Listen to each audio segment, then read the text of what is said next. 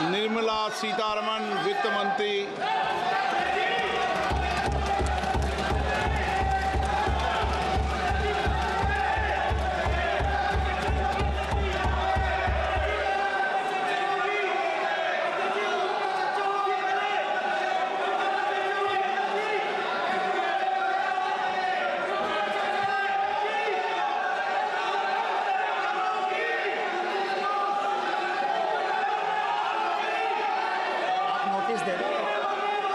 सदस्यगण, budget के बाद राज्यपाल अभिभाषण में आपको पर्याप्त अवसर दूंगा। मेरा आपसे निवेदन है, नहीं माननीय अखिलेश जी, आपने संसद की मर्यादा को आप बना के रखे हैं। कभी बजट भाषण के अंदर इस तरीके का नहीं हुआ, ये उचित नहीं है, ये उचित नहीं है। अखिलेश जी प्लीज, मैं आपको मौका दूंगा राज्यपाल अभिभाषण पे, प्लीज। नो, ये तरीका ठीक नहीं है। No,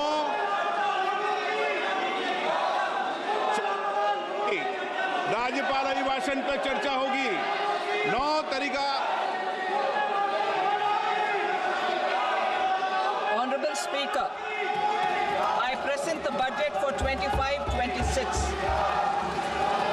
This budget continues our government's efforts to A. Accelerate growth, B. Secure inclusive development, C. Invigorate private sector investments, D. Uplift household sentiments, and E. Enhance spending power of India's rising middle class. Together, we embark on a journey to unlock our nation's tremendous potential for greater prosperity and global positioning under the leadership of Honorable Prime Minister Shri Narendra Modi. As we complete the first quarter of the 21st century, continuing geopolitical headwinds suggest lower global economic growth over the medium term.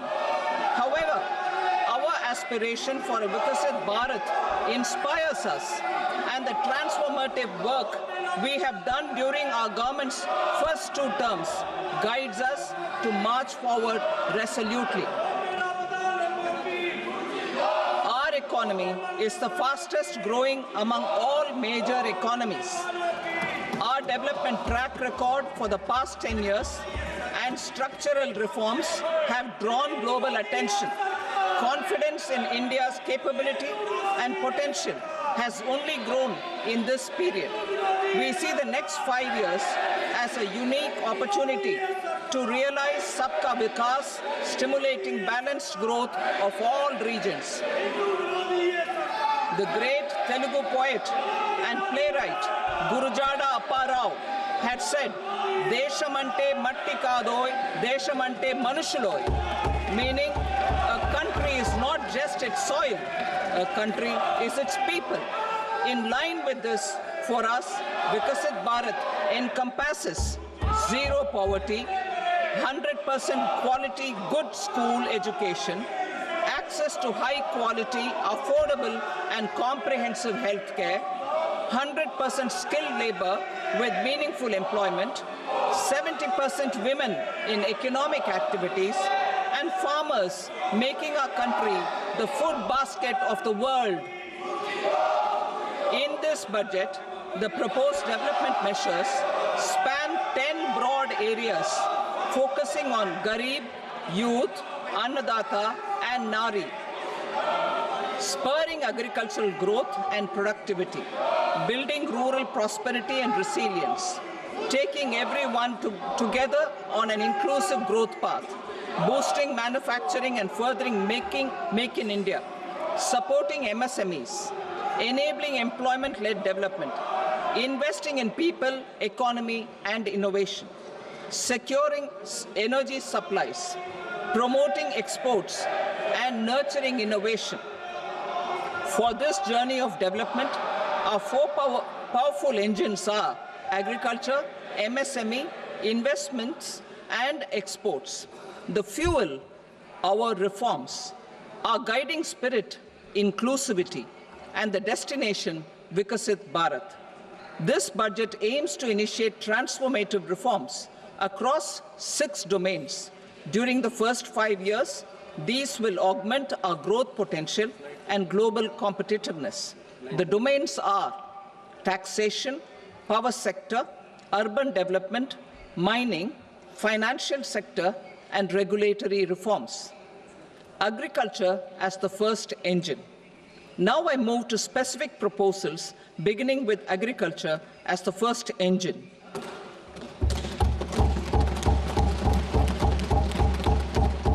Prime Minister Dhan Dhanya Krishi Yojana, Developing Agri-Districts Program. Motivated by the success of the Aspirational District Program, our government will undertake a Prime Minister Dhan Dhanya Krishi Yojana in partnership with states. Through the convergence of existing schemes and specialized measures, the program will cover 100 districts with low productivity, moderate crop intensity, and below average credit parameters. It aims to 1. Enhance agricultural productivity, 2.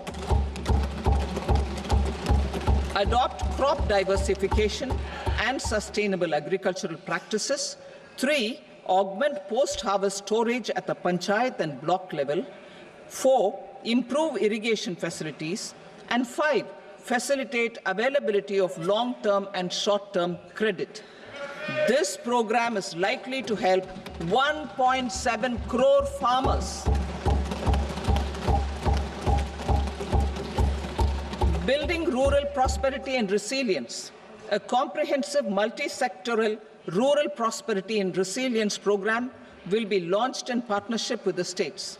This will address underemployment in agriculture through skilling, investment, technology, and invigorating the rural economy.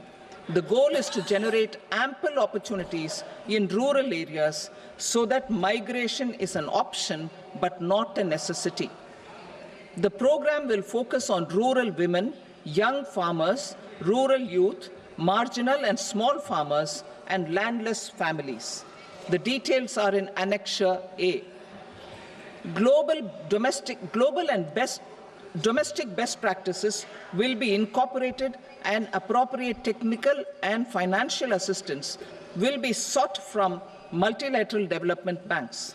In Phase 1, 100 developing agri-districts will be covered. Atmanirbharta in pulses. Our government is implementing the National Mission for Edible Oilseed for achieving Atmanirbharta in edible oils. Our farmers have the capability to grow enough for our needs and more. 10 years ago, we made concerted efforts and succeeded in achieving near self-sufficiency in pulses. Farmers responded to the need by increasing the cultivated area by 50%, and government arranged for procurement and remunerative prices. Since then, with rising incomes and better affordability, our consumption of pulses has increased significantly. Our government will now launch a 6-year mission for Atmanirbharta in pulses with a special focus on Tur, Urad, and Masoor. Details are in Annexure B. Central agencies such as NAFED and NCCF will be ready to procure these 3 pulses as much as offered during the next 4 years from farmers who register with these agencies and enter into agreements. Comprehensive program for vegetables and fruits. It is encouraging that our people are increasingly becoming aware of their nutritional needs. It is a sign of a society becoming healthier. With rising income levels, the consumption of vegetables, fruits, and Sri Anna is increasing significantly. A comprehensive program to promote production, efficient supplies, processing, and remunerative prices for farmers will be launched in partnership with the states. Appropriate institutional mechanisms for implementation and participation of farmer producer organizations and cooperatives will be set up. Makhana board in Bihar. For this, there is a special opportunity for the people of Bihar. A Makhana board will be established in the state to improve production, processing, value addition, and marketing of Makhana. The people engaged in these activities will be organized into FPOs. The board will provide hand-holding and training support to Makhana farmers and will also work to ensure they receive the benefits of all relevant government schemes. A national mission on high-yielding seeds will be launched, aimed at 1. Strengthening research ecosystem, 2. Targeted development and propagation of seeds with high yield, pest resistance, and climate resilience, and 3. Commercial availability of more than 100 seed varieties released since July 2024. India ranks second largest globally in fish production and aquaculture. Seafood exports are valued at 60,000 crore rupees. To unlock the untapped potential of the marine sector, our government will bring in an enabling framework for sustainable harnessing of fisheries from Indian exclusive economic zone and high seas, with a special focus on the Andaman and Nicobar and Lakshadweep Islands. For the benefit of lakhs of cotton growing farmers, I am pleased to announce a mission for cotton productivity. This 5-year mission will facilitate significant improvements in productivity and sustainability of cotton farming and promote extra long staple cotton varieties. The best of science and technology support will be provided to farmers. Aligned with our integrated 5F vision for the textile sector, this will help in increasing incomes of the farmers and ensure a steady supply of quality cotton for rejuvenating India's traditional textile sector. Kisan credit cards facilitate short-term loans for 7.7 crore farmers, fishermen, and dairy farmers. The loan limit under modified interest subvention scheme will be enhanced from 3 lakh rupees to 5 lakh rupees for loans taken through the KCC. For Atmanirbharta in urea production, our government had reopened 3 dormant urea plants in the eastern region. To further augment urea supply, a plant with annual capacity of 12.7 lakh metric tons will be set up at Namrup in Assam.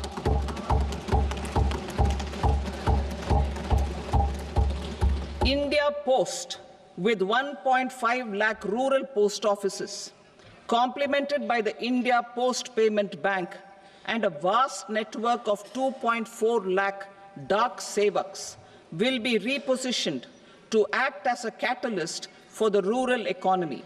Details are at Annexure C. India Post will also be transformed as a large public logistics organization. This will meet the rising needs of Vishwakarmas, new entrepreneurs, women, self-help groups, MSMEs, and the large business organizations. Our government will provide support to NCDC for its lending operations for the cooperative sector. MSMEs as the second engine. Now I move to MSMEs as the second engine, which encompasses manufacturing and services with a focus on MSMEs numbering 5.7 crores.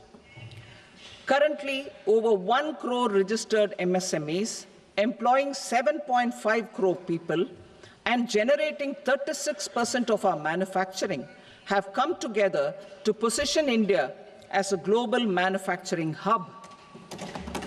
With their quality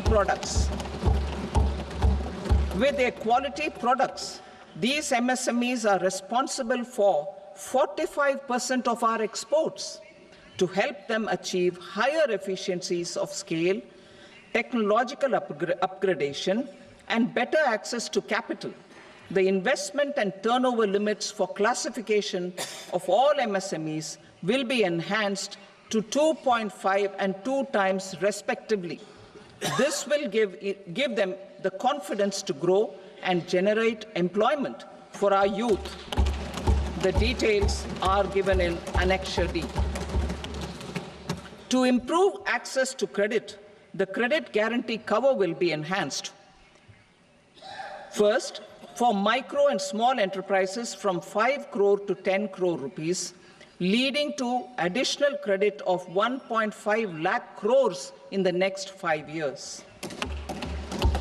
Second, for startups from 10 crore rupees to 20 crore rupees, with the guarantee fee being moderated to 1% for loans in 27 focus sectors which are important for Atmanirbhar Bharat. And for well-run exporter MSMEs, for term loans up to 20 crore rupees. Also for the micro enterprises, we will introduce customized credit cards with a 5 lakh rupee limit for micro enterprises registered on Udyam portal. In the first year, 10 lakh such cards will be issued. Fund of funds for startups. The alternate investment fund, AIFs, for startups have received commitments of more than 91,000 crores rupees. These are supported by the fund of funds set up with the Government of India's contribution of 10,000 crore rupees. Now, a new fund of funds with expanded scope and a fresh contribution of another 10,000 crore rupees will be set up. A new scheme will be launched for 5 lakh women, scheduled castes and scheduled tribes, first-time entrepreneurs. This will provide term loans up to 2 crore rupees during the next 5 years. The scheme will incorporate lessons from the successful Stand Up India scheme. Online capacity building for entrepreneurship and managerial skills will also be organized. Measures for labor-intensive sectors. To promote employment and entrepreneurship opportunities in labor-intensive sectors, our government will undertake specific policy and facilitation measures. To enhance the productivity, quality, and competitiveness of India's footwear and leather sector, a focused product scheme will be implemented. The scheme will support design capacity, component manufacturing, and machinery required for production of non-leather quality footwear, besides the support for leather footwear and products. The scheme is expected to facilitate employment for 22 lakh persons, generate over 4 lakh crore rupees, and exports of over 1.1 lakh crore rupees. Measures for the toys sector. Building on the National Action Plan for Toys, we will implement a scheme to make India a global hub for toys. The scheme will focus on development of clusters, skills, and a manufacturing ecosystem that will create high-quality, unique, innovative, and sustainable toys that will represent the Made in India brand. Support for food processing. In line with our commitment towards Purvodaya, we will establish a National Institute of Food Technology, Entrepreneurship, and Management in Bihar.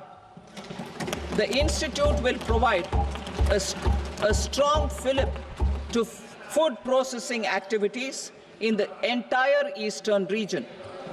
This will result in 1. Enhanced income for the farmers through value addition to their produce, and 2. Skilling entrepreneurship and employment opportunities for the youth. Manufacturing mission, furthering Make in India. Our government will set up a national manufacturing mission covering small, medium and large industries for furthering Make in India by providing policy support, execution roadmaps, governance and monitoring framework for central ministries and states. Details are in Annexure E. Given our commitment to climate-friendly development, the mission will also support clean tech manufacturing. This will aim to improve domestic value addition and build our ecosystem for solar PV cells, EV batteries, motors and controllers, electrolyzers, wind turbines, very high voltage transmission equipment and grid-scale batteries. Investment as the third engine. Now I move to investment as the third engine, which encompasses investing in people, investing in the economy, and investing in innovation. Investing in people. Saksham Anganwadi and Poshan 2.0. Saksham Anganwadi and Poshan 2.0 program provides nutritional support to more than 8 crore children, 1 crore pregnant women and lactating mothers all over the country, and about 20 lakh adolescent girls in aspirational districts and the Northeast region. The cost norms for these nutritional support will be enhanced appropriately. Atal Tinkering Labs. 50,000 Atal Tinkering Labs will be set up in government schools in the next 5 years to cultivate the spirit of curiosity and innovation and foster a scientific temper among young minds. Broadband connectivity to government secondary schools and PHCs. Broadband connectivity will be provided to all government secondary schools and primary health centers in rural areas under the BharatNet project. Bharatiya Bhasha Pustak Scheme. We propose to implement a Bharatiya Bhasha Pustak scheme to provide digital form Indian language books for schools and for higher education. This aims to help students understand their subjects better and in their language. National Centers of Excellence for Skilling.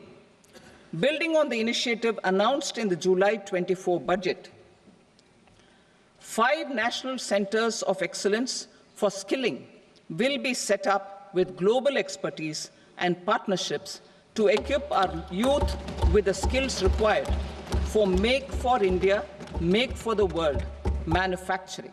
The partnership will cover curriculum design, training of trainers, and a skills certification framework and periodic reviews. Expansion of capacity in IITs.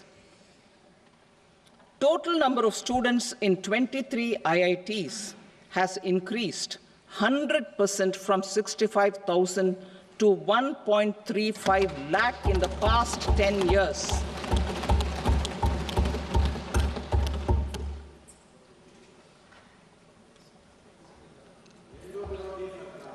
Additional infrastructure will be created in the 5 IITs started after 2014 to facilitate education for 6,500 more students.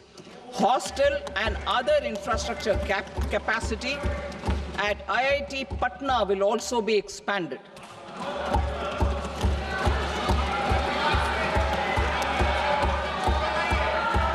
Center of Excellence.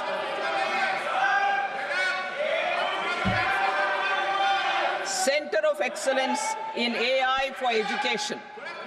I had announced 3 centers of excellence in artificial intelligence for agriculture, health, and sustainable cities in 2023.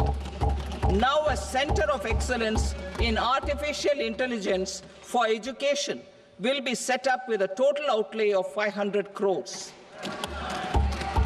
Expansion of medical education.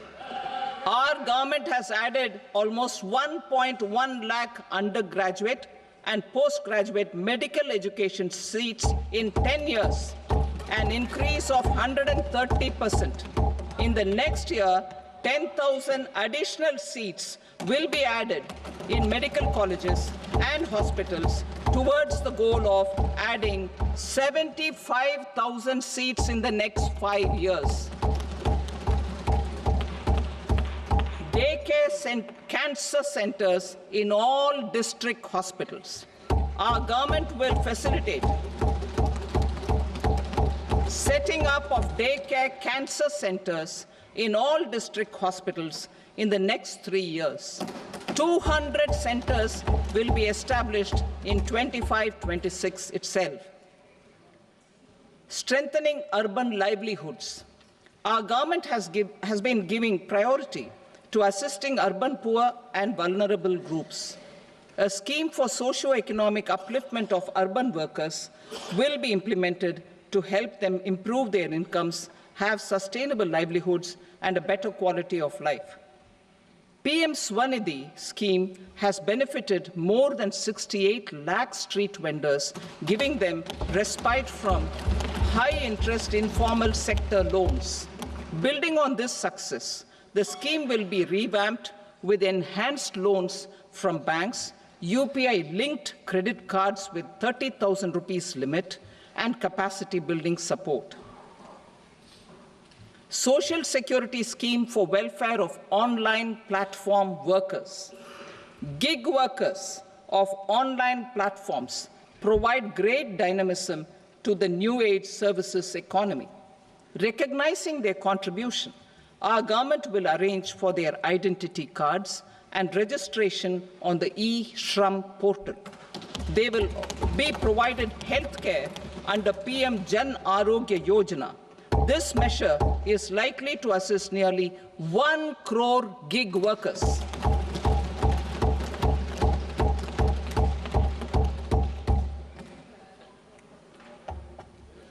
Investing in the economy. Public-private partnership in infrastructure.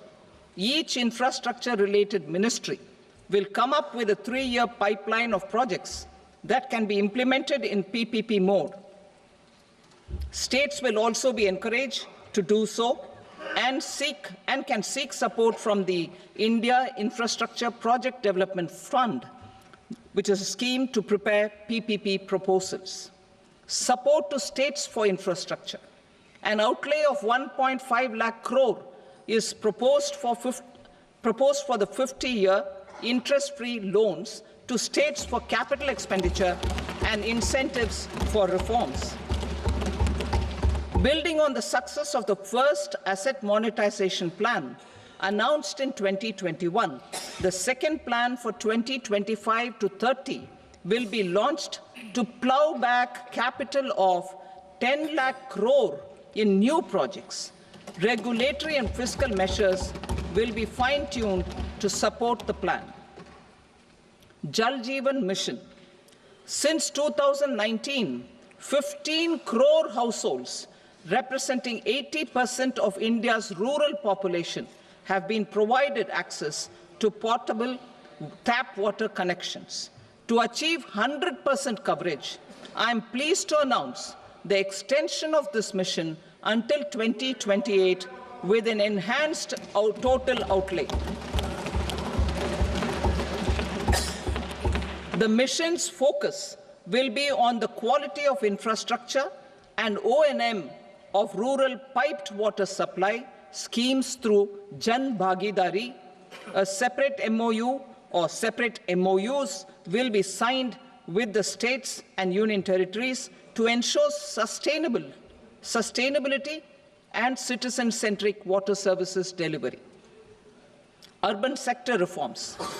Building on the July budget proposals, urban sector reforms related to governance, municipal services, urban land and planning will be incentivized. Urban Challenge Fund. The government will set up an Urban Challenge Fund of 1 lakh crore rupees to implement the proposals for cities as growth hubs. creative redevelopment of cities, and for water and sanitation purposes announced in the July budget. This fund will finance up to 25% of the cost of bankable projects, with a stipulation that at least 50% of the cost is funded from bonds, bank loans, and PPPs. An allocation of 10,000 crore is proposed in 2025-26. Power sector reforms. We will incentivize electricity distribution reforms and augmentation of intra-state transmission capacity by states. This will improve financial health and capacity of electricity companies. Additional borrowing of 0.5% of GSDP will be allowed to states contingent on these reforms. Nuclear energy mission for Vikasit Bharat. Development of at least 100 gigawatt of nuclear energy by 2047 is essential for our energy transition efforts. For an active partnership with the private sector towards this goal, amendments to the Atomic Energy Act and the Civil Liability for Nuclear Damage Act will be taken up. A nuclear energy mission for research and development of small modular reactors with an outlay of 20,000 crore will be set up. At least 5 indigenously developed small modular reactors will be operationalized by 2033. Shipbuilding. The shipbuilding financial assistance policy will be revamped to address cost disadvantages. This will also include credit notes for shipbreaking in Indian yards to promote the circular economy. Large ships above a specified size will be included in the infrastructure harmonized master list. Shipbuilding clusters will be facilitated to increase the range, categories, and capacity of ships. This will include additional infrastructure, facilities, skilling, and technology to develop the entire ecosystem. Maritime Development Fund. For long-term financing for the maritime industry, a Maritime Development Fund with a corpus of 25,000 crore rupees will be set up. This will be for distributed support and promoting competition. This will have up to 49% contribution by the government, and the balance will be mobilized from ports and from private sector. UDAN regional connectivity schemes. UDAN has enabled 1.5 crore middle-class people to meet their aspirations for speedier travel. The scheme has connected 88 airports, and operationalized 619 routes. Inspired by that success, a modified UDAN scheme will be launched to enhance regional connectivity to 120 new destinations and carry 4 crore passengers in the next 10 years. 4 crore additional passengers in the next 10 years. The scheme will also support helipads and smaller airports in hilly, aspirational, and northeast regional districts. Greenfield airports will be facilitated in Bihar to meet the future needs of the state. These will be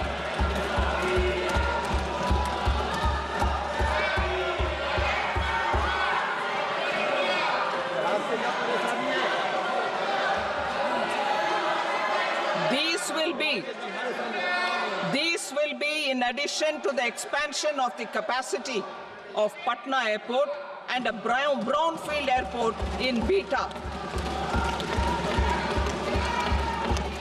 Western Kosi Canal project in Mithilanchal.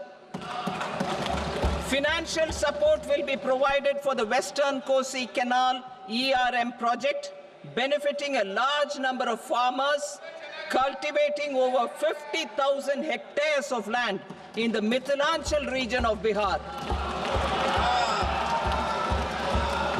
Mining sector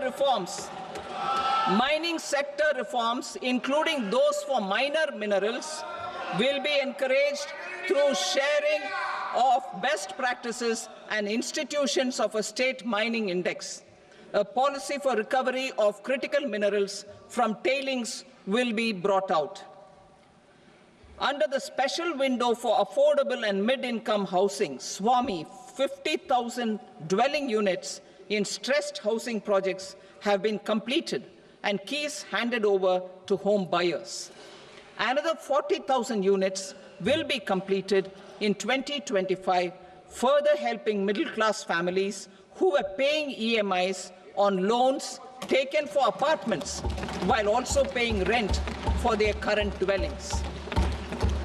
Building on this success, SWAMI Fund 2 will be established as a blended finance facility with contribution from the government, banks, and private investors. This fund of 15,000 crore rupees will aim for expeditious completion of another 1 lakh units. PM Gati Shakti data for private sector.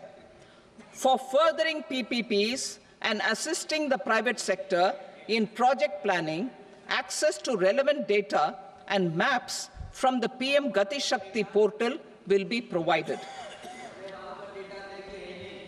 Tourism for employment-led growth. Top 50 tourist destination sites in the country will be developed in partnership with states through a challenge mode. Land for building key infrastructure will have to be provided by the states. Hotels in these destinations will be included in the infrastructure harmonized list. The following measures will be taken for facilitating employment-led growth: organizing intensive skill development programs for our youth, including in institutes of hospitality management, providing mudra loans for homestays, improving ease of travel and connectivity to tourist destinations, providing performance-linked incentives to states for effective destination management, including tourist amenities, cleanliness, and marketing efforts, and introducing streamlined e-visa facilities along with visa fee waivers for certain tourist groups. Continuing with the emphasis on places of spiritual and religious significance, in the July budget, there will be a special focus on destinations related to the life and times of Lord Buddha. Medical tourism and heal in India. Medical tourism and heal in India will be promoted in partnership with the private sector, along with capacity building and easier visa norms. Investing in innovation. To implement private sector-driven research, development, and innovation initiatives announced in the July budget, I am now allocating 20,000 crore rupees for this purpose. A deep tech fund of funds will also be explored to catalyze the next generation startups as a part of this initiative.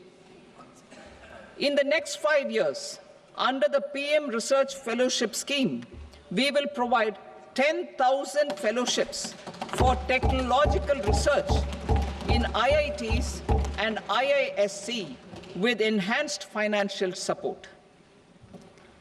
The second gene bank with 10 lakh germplasm lines will be set up for future food and nutritional security. This will provide conservation support to both public and private sectors for genetic resources. We will start a national geospatial mission to develop foundational geospatial infrastructure and data. Using PM Gati Shakti, this mission will facilitate modernization of land records, urban planning, and design of infrastructure projects. A Gyan Bharatam mission for survey, documentation, and conservation of our manuscript heritage with academic institutions, museums, libraries, and private collectors will be undertaken to cover more than 1 crore manuscripts. We will set up a national digital repository of Indian knowledge systems for knowledge sharing. Now I move to exports as the fourth engine. We will set up an export promotion mission with sectoral and ministerial targets driven jointly by the Ministries of Commerce, MSME, and Finance. It will facilitate easy access to export credit, cross-border factoring support, support to MSMEs to tackle non-tariff measures in overseas markets. A digital public infrastructure, Bharat Trade Net, for international trade will be set up as a unified platform for trade documentation and financing solutions. This will complement the Unified Logistics Interface platform. The BTN will be aligned with international practices. Support will be provided to develop domestic manufacturing capacities for our economy's integration with global supply chains. Sectors will be identified based on objective criteria. Facilitation groups with participation of senior officers and industry representatives will be formed for select products and supply chains. Through this, there are huge opportunities related to Industry 4.0, which needs high skills and talent. Our youth have both. Our government will support the domestic electronic equipment industry to leverage this opportunity for the benefit of our youth. A national framework will be formulated as guidance to states for promoting global capability centers in emerging Tier 2 cities. This will suggest measures for enhancing availability of talent and infrastructure, building bylaw reforms, and mechanisms for collaboration with industry. Our government will facilitate upgradation of infrastructure and warehousing for air cargo, including high-value perishable horticultural produce. Cargo screening and customs protocol will be streamlined and made user-friendly. Reforms as the fuel.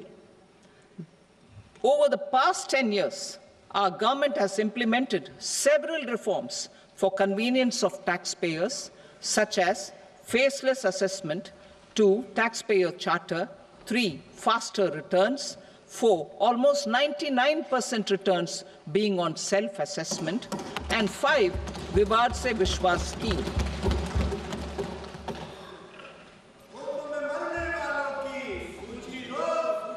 Continuing these efforts, I reaffirm the commitment of the Tax Department to trust first, scrutinize later. I also propose to introduce the new income tax bill next week. I will detail the indirect tax reforms and changes in direct taxes in Part B. Financial sector reforms. The FDI limit for the insurance sector will be raised from 74 to 100%. This enhanced limit will be available for those companies which invest the entire premium in India. The current guardrails and conditionalities associated with foreign investment will be reviewed and simplified. The services of India Post Payment Bank will be deepened and expanded in rural areas. NABFID will set up a partial credit enhancement facility for corporate bonds for infrastructure. Public sector banks will develop Grameen Credit Score framework to serve the credit needs of SHG members and people in rural areas. A forum for regulatory coordination and development of pension products will be set up. To implement the earlier announcement on simplifying the KYC processes, the revamped Central KYC Registry will be rolled out in 2025. We will also implement a streamlined system for periodic updating. Requirements and procedures for speedy approval of company mergers will be rationalized. The scope for fast-track mergers will also be widened and the process made simpler. As proposed in the interim budget, we signed bilateral investment treaties with 2 countries in 2024 to encourage sustained foreign investment, and in the spirit of First Develop India, the current model BIT will be revamped and made more investor-friendly. In the last 10 years, in several aspects, including financial and non-financial, our government has demonstrated a steadfast commitment to ease of doing business. We are determined to ensure that our regulations must keep up with technological innovations and global policy developments. A light-touch regulatory framework based on principles and trust will unleash productivity and employment. Through this framework, we will update regulations that were made under old laws. To develop this modern, flexible, people-friendly, and trust-based regulatory framework appropriate for the 21st century, I propose 4 specific measures. A high-level committee for regulatory reforms will be set up for a review of all non-financial sector regulations, certifications, licenses, and permissions. The committee will be expected to make recommendations within a year. The objective is to strengthen trust-based economic governance and take transformational measures to enhance ease of doing business, especially in matters of inspection and compliances. States will be encouraged to join in this endeavor. An investment friendliness index of states will be launched in 2025 to further the spirit of competitive, cooperative federalism. Under the Financial Stability and Development Council, a mechanism will be set up to evaluate impact of the current financial regulations and subsidiary instructions. It will also formulate a framework to enhance their responsiveness and development of the financial sector. In the Jan Vishwas Act 2023, more than 180 legal provisions were decriminalized. Our government will now bring up the Jan Vishwas Bill 2.0 to decriminalize more than 100 provisions in various laws.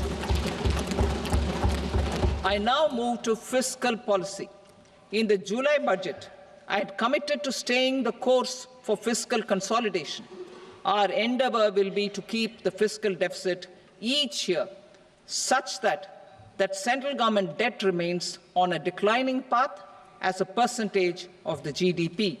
The roadmap for the next 6 years has been detailed in the FRBM statement. Revised estimates for 2024-25.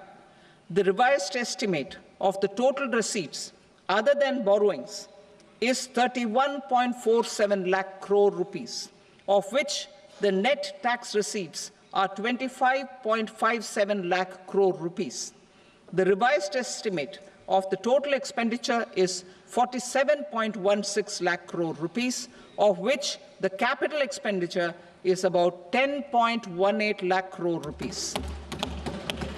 The revised estimate of the fiscal deficit is 4.8% of the GDP. Budget estimates for 25-26. Coming to 25-26, the total receipts other than borrowings and total expenditure are estimated at 34.96 lakh crore rupees and 50.65 lakh crore rupees respectively.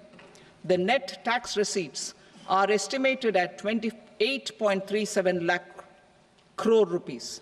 The fiscal deficit is estimated to be 4.4% of GDP. To finance the fiscal deficit, the net market borrowings from dated securities are estimated at 11.54 lakh crore. The balance financing is expected to come from small savings and other sources. The gross market borrowings are estimated at 14.82 lakh crore rupees. I will now move to Part B.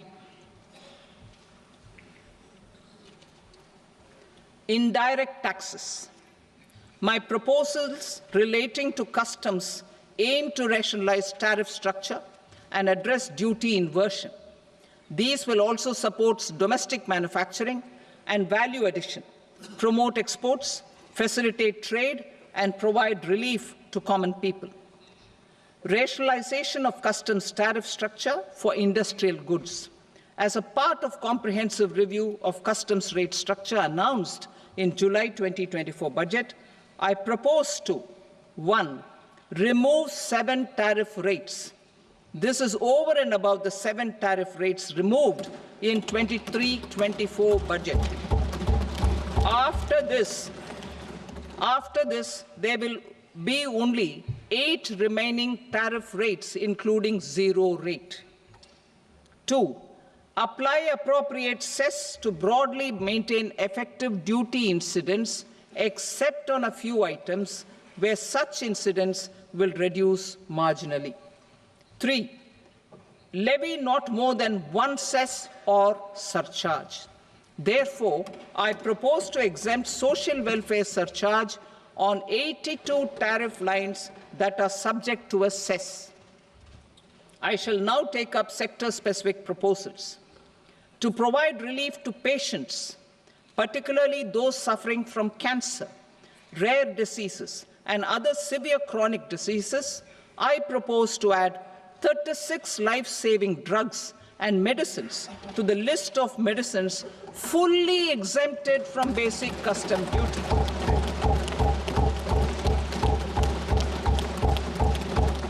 I also propose to add 6 life-saving medicines to the list attracting concessional custom duty of 5%.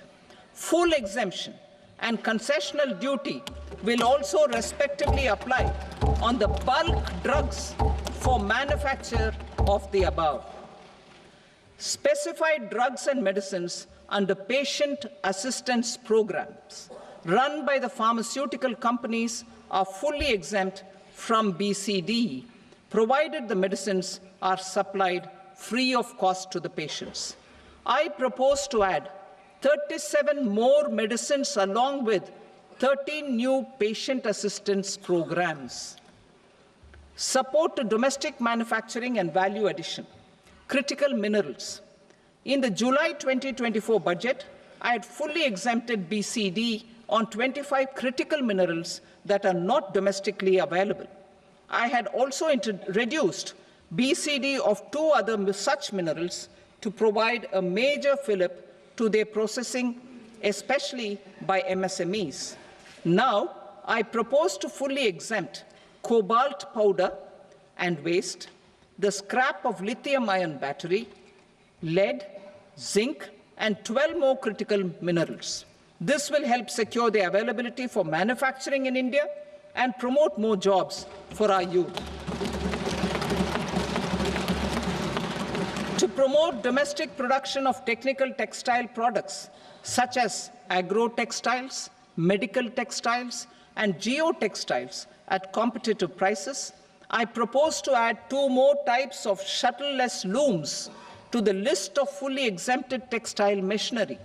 I also propose to revise the BCD rate on knitted fabrics covered by 9 tariff lines from 10 or 20 to 20% or 115 rupees per kg, whichever is higher. Electronic goods. In line with our Make in India policy and to rectify inverted duty structure, I propose to increase the BCD on interactive flat panel display from 10% to 20% and reduce the BCD to 5% on open cell and other components. In 23-24 budget, for the manufacture of open cells of LCD, LED TVs, I had reduced the BCD on parts of open cells from 5% to 2.5%. To further boost the manufacture of such open cells, the BCD on these parts will now stand exempted. Lithium-ion battery. To the list of exempted capital goods, I propose to add 35 additional capital goods for EV battery manufacturing and 28 additional capital goods for mobile phone battery manufacturing. This will boost domestic manufacture of lithium-ion batteries, both for mobile phones and for electric vehicles. Shipping sector.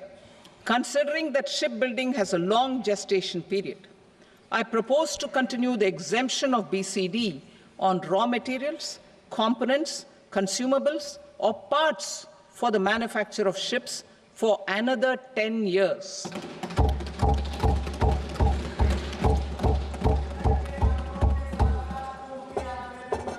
I also propose the same dispensation for shipbreaking to make it more competitive. Telecommunication. To prevent classification disputes, I propose to reduce the BCD from 20% to 10% on carrier-grade Ethernet switches to make it at par with non-carrier-grade Ethernet switches. Export promotion. To facilitate exports of handicrafts, I propose to extend the time period for export from 6 months to 1 year, further extendable by another 3 months if required. I also propose to add 9 items to the list of duty-free inputs. Leather sector. I propose to fully exempt BCD on wet blue leather to facilitate imports for domestic value addition and employment. I also propose to exempt crust leather from 20% export duty to facilitate exports by small tanners. Marine products. To enhance India's competitiveness in the global seafood market, I propose to reduce BCD from 30% to 5% on frozen fish paste, surimi, for manufacture and export of its analog products. I also propose to reduce BCD from 15% to 5% on fish hydrolysates for manufacture of fish and shrimp feed. In July 2024 budget, to promote development of domestic MROs for aircraft and ships, I had extended the time limit for export of foreign origin goods that were imported for repairs from 6 months to 1 year and further extendable by 1 year. I now propose to extend the same dispensation for railway goods. Time limit for provisional assessment.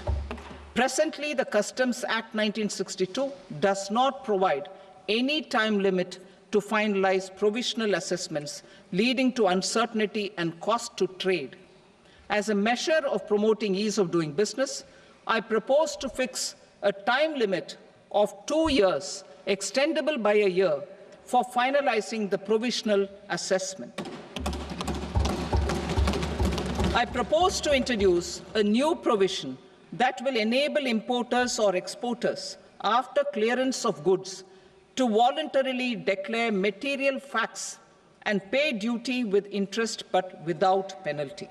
This will incentivize voluntary compliance. However, this will not apply in cases where department has already initiated audit or investigation proceedings. For industry to better plan their imports, I propose to extend the time limit for the end use of imported inputs in the relevant rules from 6 months to 1 year. This will provide operational flexibility in view of cost and uncertainty of supply. Further, such importers will now have to file only quarterly statements instead of a monthly statement.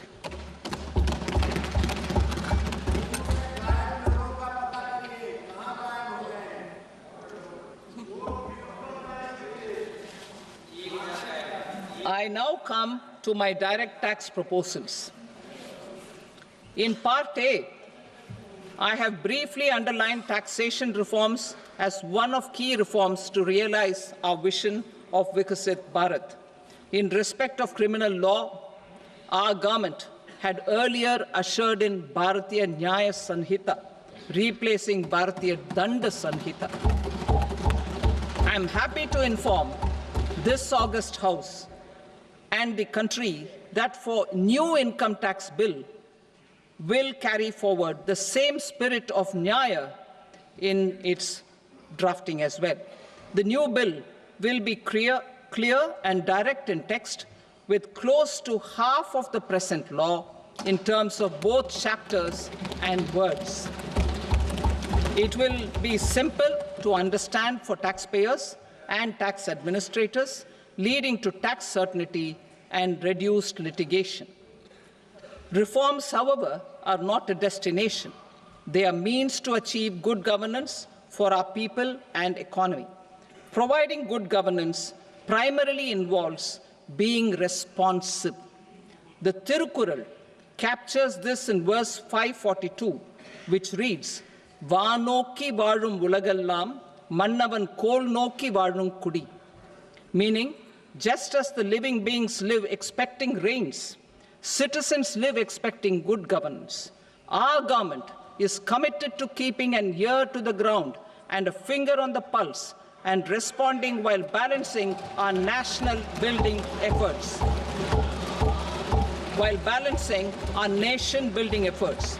The following measures will detail just how our government will, under the guidance of PM Modi, has taken steps to understand and address. I repeat that sentence, sir.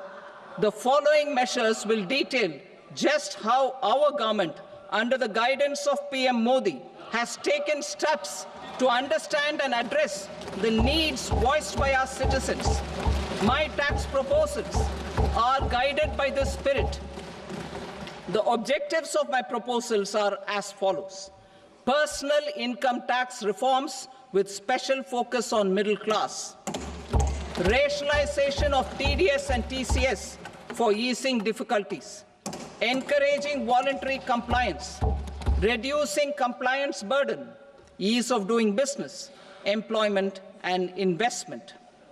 I will come to my proposal on personal income tax towards the end. TDS and TCS, rationalization for easing difficulties. I propose to rationalize tax deduction at source, TDS, by reducing the number of rates and thresholds above which TDS is deducted. Further, threshold amounts for tax deduction will be increased for better clarity and uniformity. The limit for tax deduction on interest for senior citizens is being doubled from the present 50,000 rupees to 1 lakh rupees. Similarly, the annual limit of 2.40 lakh rupees for TDS on rent is being increased to 6 lakh rupees. This will reduce the number of transactions liable to TDS, thus benefiting small taxpayers receiving small payments. The threshold to collect tax at source, the TCS, on remittances under RBI's liberalized remittance scheme, the LRS, is proposed to be increased from 7 lakh to 10 lakhs. I also propose to remove TCS on remittances for education purposes, where such remittances is out of a loan taken from a specified financial institution. Both TDS and TCS are being applied on any transaction related to sale of goods. To prevent such compliance difficulties, I propose to omit the TCS. I also propose that the provisions of the higher TDS deduction will now apply only in non-PAN cases. In July 2024, the delay for payment of TDS up to the due date of filing statement was decriminalized. I propose to provide the same relaxation to TCS provisions as well. The government under the leadership of Prime Minister Modi believes in Sabka Saath, Sabka Vikas, Sabka Vishwas and Sabka Prayas.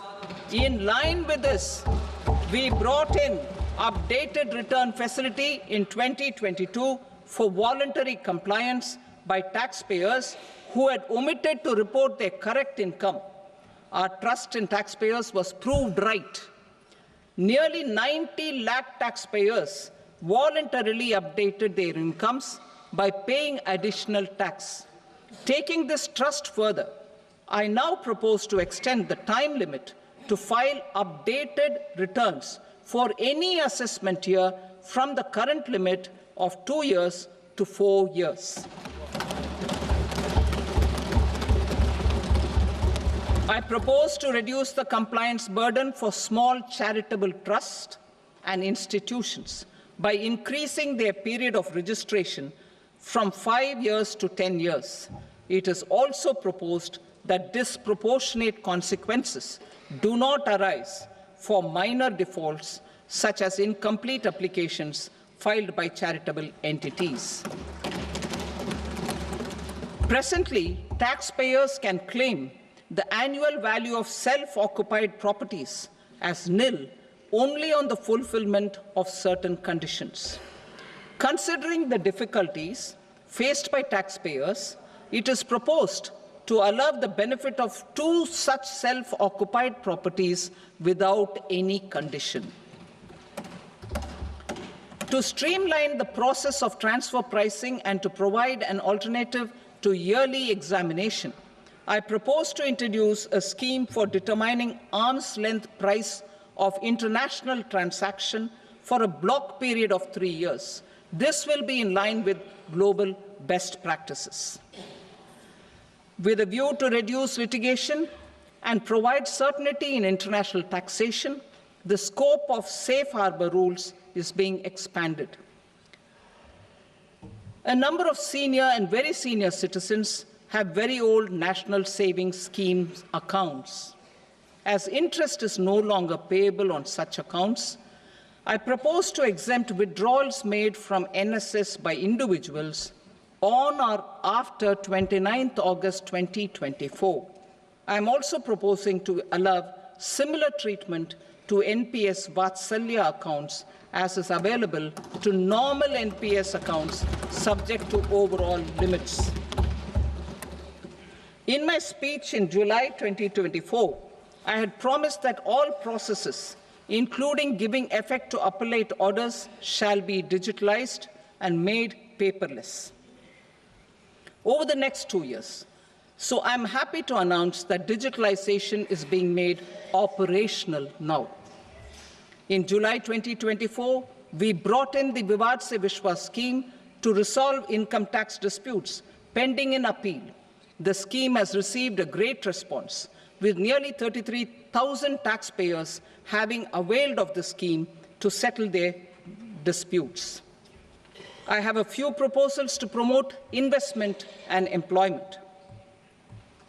It is proposed to provide a presumptive taxation regime for non-residents who provide services to a resident company that is establishing or operating an electronics manufacturing facility.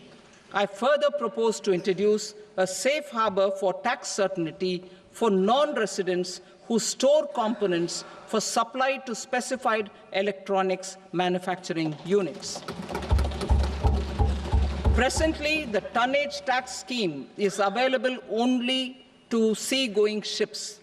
The benefits of existing tonnage tax scheme are proposed to be extended to inland vessels registered under the Indian Vessels Act 2021 to promote inland water transport in the country.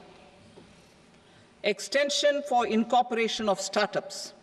We continue to support the Indian startup ecosystem.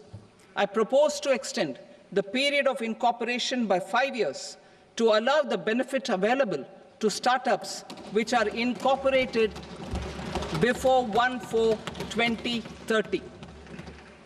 In order to attract and promote additional activities in the IFSC, I am inter alia proposing specific benefits to ship leasing units, insurance offices, and treasury centers of global companies which are set up in IFSC. Further, to claim benefits, the cut-off date for commencement in IFSC has also been extended by 5 years to 31/3/2030. Category 1 and Category 2 AIFs are undertaking investments in infrastructure and other such sectors. I propose to provide certainty of taxation to these entities on the gains from securities, to promote funding from sovereign wealth funds and pension funds to the infrastructure sector. I propose to extend the date of making an investment by 5 more years up to 31st March 2030.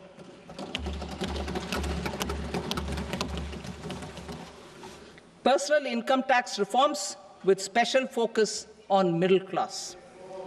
Democracy, demography, and demand are the key support pillars in our journey towards Vikasit Bharat. The middle class provides strength for India's growth. This government, under the leadership of Prime Minister Modi, has always believed in the admirable energy and ability of the middle class in nation building. In recognition of their contribution,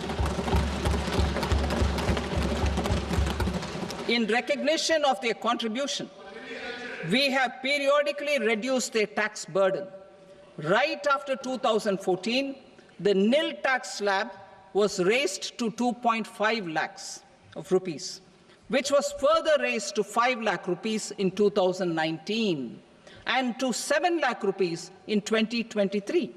This is reflective of our government's trust on the middle-class taxpayers. I am now happy to announce that there will be no income tax payable up to income of 12 lakh rupees.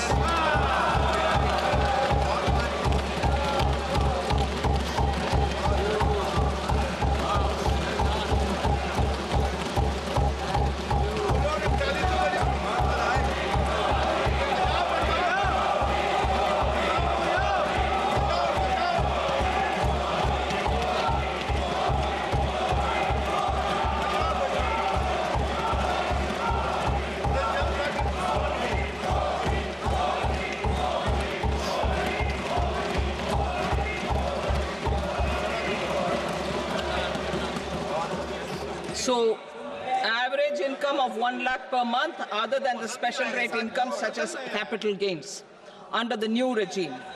This limit will be 12.75 lakh for salaried taxpayers due to the standard deduction of 75,000.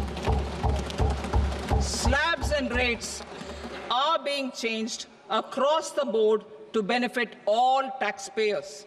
The new structure will substantially reduce the taxes of the middle class and leave more money in their hands, boosting household consumption, savings, and investment.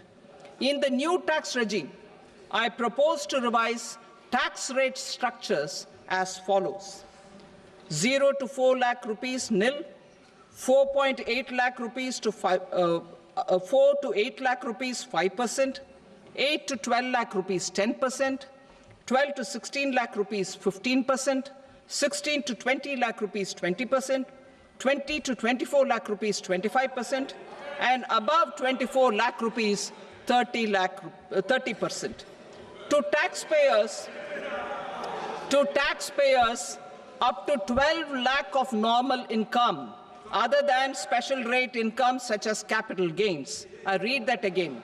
To taxpayers up to 12 lakh of income, other than special rate income such as capital gains, tax rebate is being provided in addition to the benefit due to slab rate reduction in such a manner that there is no tax payable by them. The total tax benefit of slab rate changes and rebate at different income levels can be illustrated with a few examples. A taxpayer in the new regime with an income of 12 lakh rupees will get a benefit of 80,000 rupees in tax, which is 100% of tax payable as per the existing rates. A person having income A person having income of 18 lakh rupees will get a benefit of 70,000 rupees in tax. That is 30% of tax payable as per existing rates. A person with an income of 25 lakh gets a benefit of 1,10,000 rupees, that is 25% of his tax payable as per existing rates. Details of my tax proposals are given in the annexure. As a result of these proposals, Honorable Speaker, sir, revenue of about 1 lakh crore in direct taxes and 2,600 crores in indirect taxes will be foregone. Mr. Speaker, sir, with this, I commend the budget to this august House.